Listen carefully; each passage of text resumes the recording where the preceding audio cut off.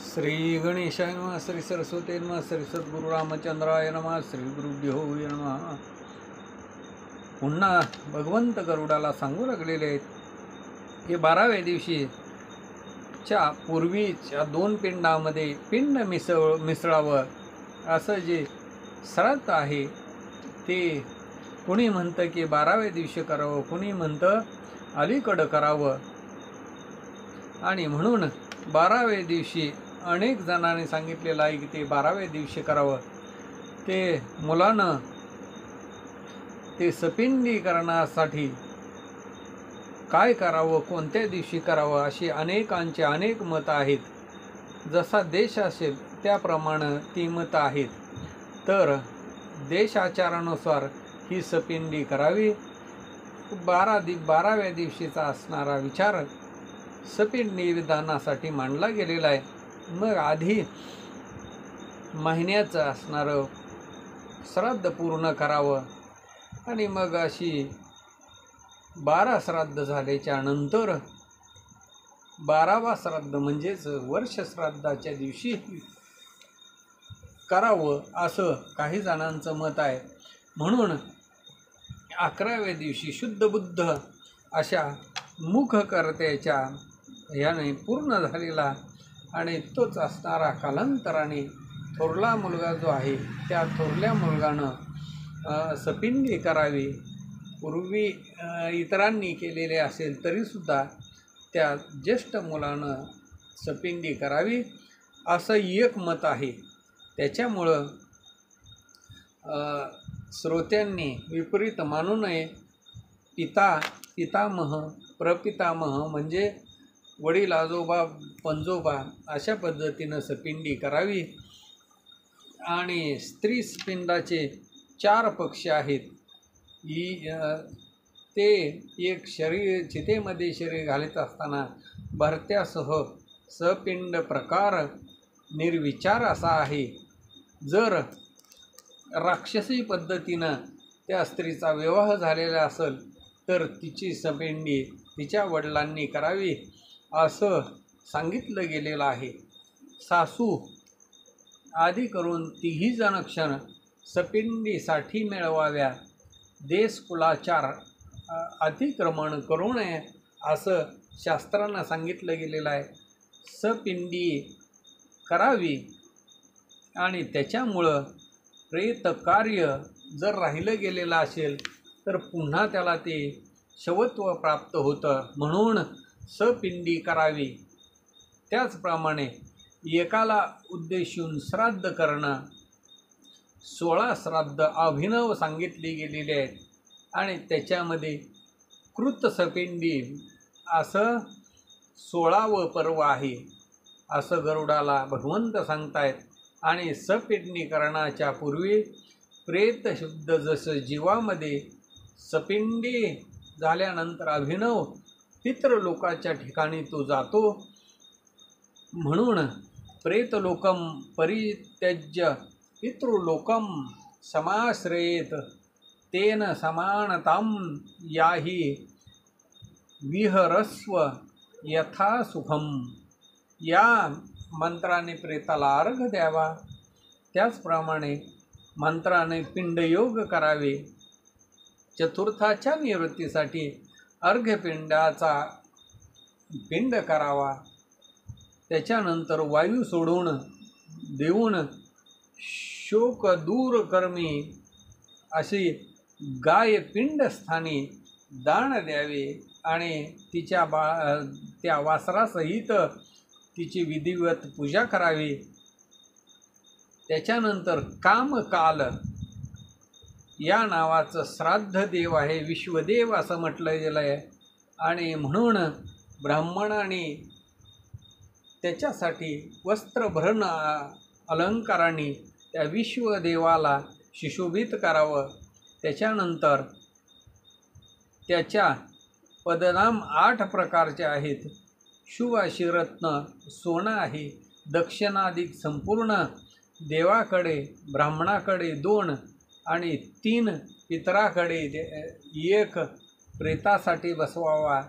आणि पुष्कळ दान देऊन तृप्त करावे. सपिंडीनंतर श्राद्ध प्रसंग आणि मग तो झाल्यानंतर 3 पिंड करावे अशी शास्त्रविधी जाणून मग पितरांच्यासाठी सपिंडीकरण करावं.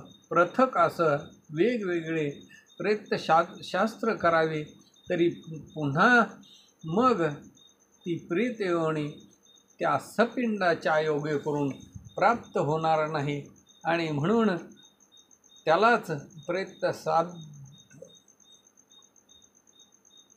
एकोदिष्ट आणि क्षय दिवस असं सांगितल्यानंतर किंवा एक दिवस वर्णाचा असेल त्या दिवशी कुलाचार व्यवस्थेनं आपापल्या रीतिरिवाजाप्रमाणे ते प्रेतश्राद्ध करावं आणि मग 12 दिवस असतील त्या 12व्या दिवशी प्रेत तृतीर्थ पाण्याची घागर आनंद देणारा असा असणारं प्रेताच्या तृप्तीसाठी द्यावी.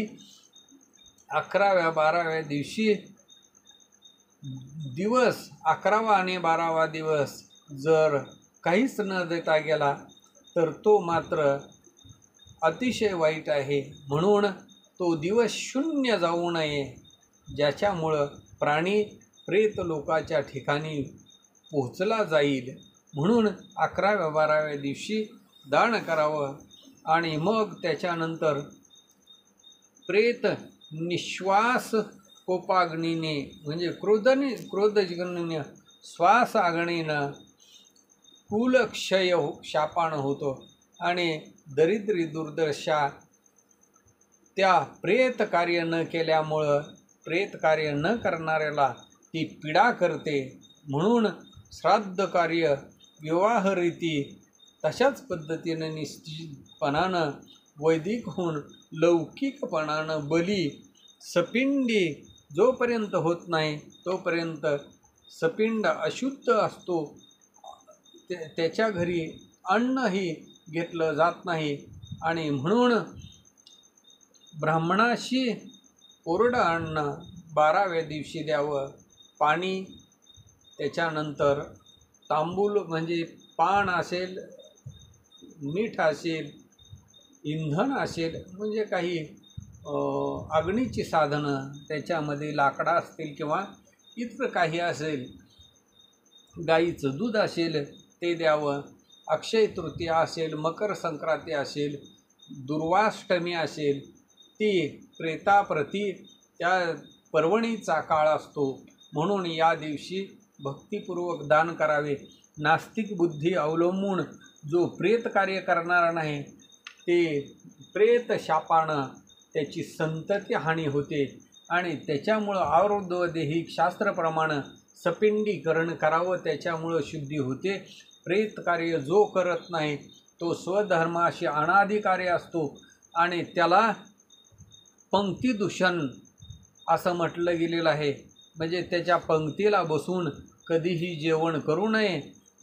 गयाला जाऊन श्राद्ध करण्याचा सुद्धा त्याला अधिकार नाही.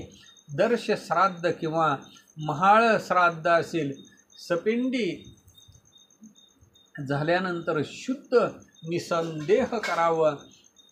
म्हणून भक्तिमान पुत्रांना अभक्त मताशी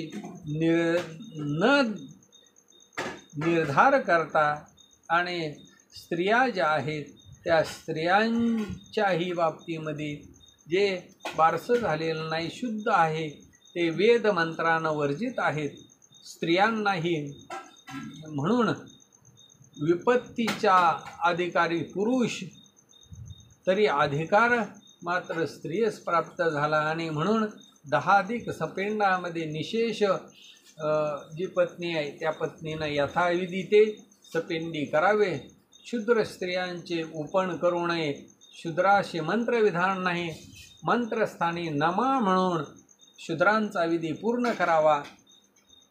स्त्रियांनी शूद्र यांचा भोजनाऐवजी शिधा देणे, अशा पद्धतीने पितरांना तृप्ती होते. म्हणून ब्राह्मणासाठी आमन्न द्यावं, कोरडं अन्न द्यावं आणि सांघिक जरी ब्राह्मण जे प्रवासी असतील म्हणजे आणि पुत्रजन असतील, ब्राह्मण असतील, त्यांना अन्न द्यावं आणि घरी आम श्राद्ध घालावं म्हणजे कोरड्या अन्नाचं जे असेल ते भोजन द्यावं.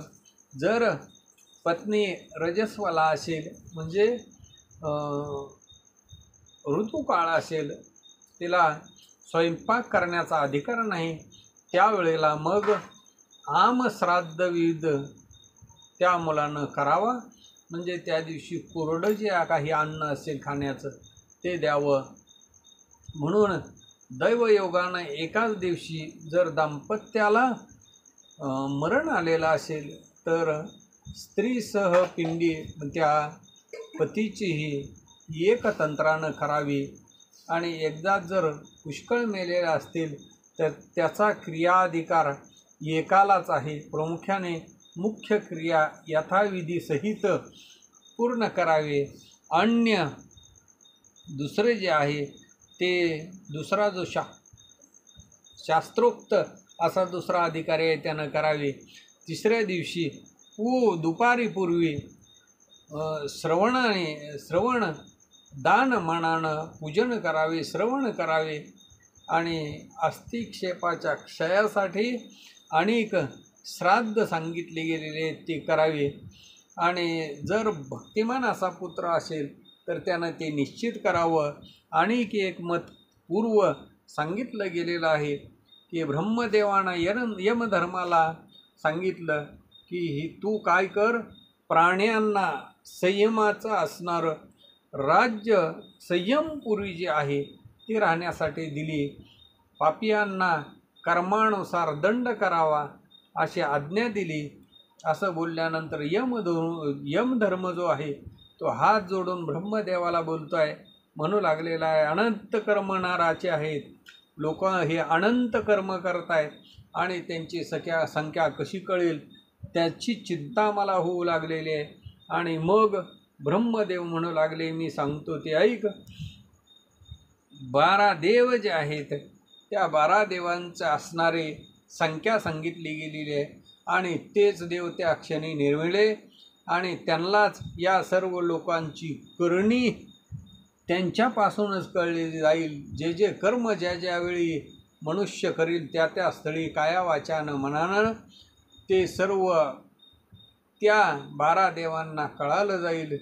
आणि म्हणून ते सर्व त्यांना कळतं याच्यासाठी त्यांचं पूजन करावं. तांदूळ असतील कळशावरती यथाविधी स्थापना करावी. त्याच्यानंतर लक्ष्मीनारायणाची मूर्ती सोन्याची असेल, रुपयाची असेल, तांब्याची असेल अथवा शालिग्राम असेल ती तिथं स्थापन करावी.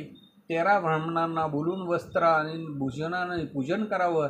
ताम्र कलश, तांब्याचा कळस, तांदूळ आणि शेरभर असे असणारं तांदूळ घेऊन दही असेल, पात्र आणि फळे असतील, पैसा असेल ते एकत्रित करावं. आणि मातीचा असा कुंभ सशक्त जर असला तर वेगळा कुंभ दिला तरी चालेल, वस्त्र सूत अशा पद्धतीनं मग एक माझ्या प्रित्यर्थ म्हणजे भगवंता प्रत्यर्थ दान करावा. अशा पद्धतीनं विष्णू श्राद्ध विधियुक्त शुद्ध श्राद्ध झालं. आणि मग ही शुद्धी श्राद्ध झाल्याच्या नंतर शांतोदक नावाचे पुण्याह वाचन करावे, त्याच्यामुळं कल्याण होईल. असे फल आचरण केल्यानंतर फल संपूर्ण मिळेल असं गरुडाला भगवंत सांगतायत. आणि हे श्रवण पूजा सूत ऋषीप्रती सांगत आहेत. इति श्री गरुड पुराणे प्रेतकल्पे गरुडनारायण